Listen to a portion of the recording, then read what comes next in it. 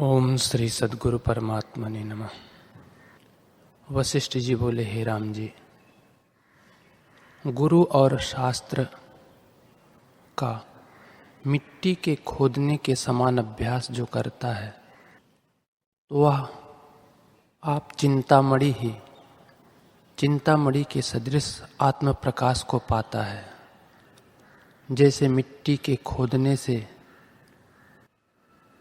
चिंतामणि का प्रकाश नहीं उपजता, क्योंकि चिंतामणि तो पहले ही प्रकाश रूप थी, खोदने से केवल आवरण दूर हुआ, तब आप ही निकल आई। वैसे ही गुरु और शास्त्रों के वचन के अभ्यास से अंतःकरण जब शुद्ध होता है तब आत्मसत्ता स्वतः प्रकट होती है। गुरु और शास्त्र हृदय की मलिनता दूर करते हैं, और जब मलिनता दूर होती है तब आत्मसत्ता स्वाभाविक प्रकाशित होती है। इससे गुरु और शास्त्रों से मलिनता दूर होती है, परंतु इनकी कल्पना भी द्वैत में होती है। गुरु और शास्त्र कृतार्थ करते हैं और इनके अभ्यास से जीव आत्मपद पाता है। ओम श्री सद्गुरु परमात्मने नमः। राम जी ने पूछा, है भगवान, मुझको एक संशय है और उसको भी आप निवृत्त कीजिए। कोई कहते हैं कि बीज से अंकुर होता है और कोई कहते हैं कि अंकुर से बीज होता है।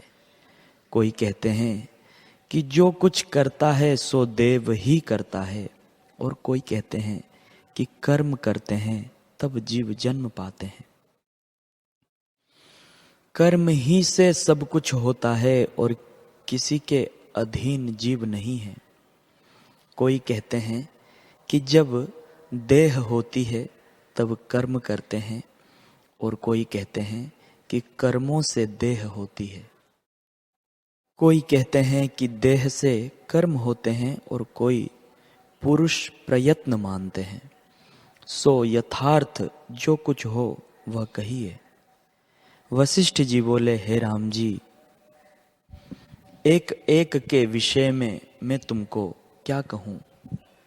कर्म से देव और घट से आकाश पर्यंत जितने क्रिया, कर्म और द्रव्य हैं, ये सब विकल्प जाल भ्रांति मात्र है। केवल आत्म स्वरूप अपने आप में स्थित है, द्वैत कुछ नहीं है। हे राम जी, जब संवेदन फूरता है तब सब कुछ भासित होता है, और निसंवेदन होने पर कुछ नहीं। जैसे शीत श्वेत आदिक बर्फ के दूसरे नाम या पर्याय है, वैसे ही कर्म, पुरुष, प्रयत्न आदि सब आत्मा के पर्याय है। देव पुरुष है और पुरुष देव है। कर्म देह है और देह कर्म है। बीज अंकुर है और अंकुर बीज है। देव कर्म है और कर्म देव है, और वही पुरुष प्रयत्न है।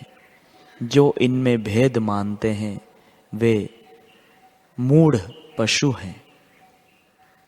इन सब का बीज अहंकार है। जब अहंकार हुआ तब सब कुछ सिद्ध हुआ। जैसे बीज से वृक्ष, फल, फूल और डाली होते हैं, पर जो बीज ही ना हो तो वृक्ष कैसे उपजे। हे राम जी, इनका बीज संवेदन है। अहंकार, संकल्प और संवेदन तीनों पर्याप्त हैं, अर्थात एक ही हैं। जब फूरना हुआ तब कर्म, देह, देव सब सिद्ध होते हैं, और जब फूरना मिट गया तब कुछ नहीं भासित होता। ओम श्री सद्गुरु परमात्मने नमः। श्री वशिष्ठ जी बोले, हे राम जी,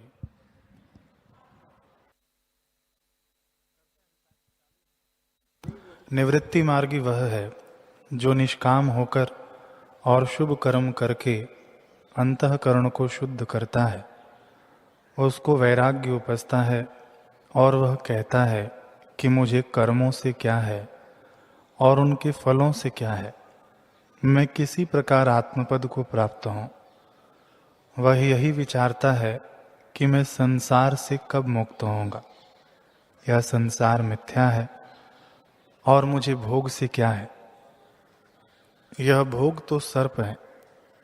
हे राम जी, इस प्रकार वह भोगों की निंदा करता है, संसार से उपरत होता है, शम दम आदि जो ज्ञान के साधन हैं उनका आचरण करता है, शुभ अशुभ देश काल और पदार्थ को विचारता है, मर्यादा से बोलता है, संत जनों का संग करता और सतशास्त्र और ब्रह्म विद्या को बारंबार विचारता है।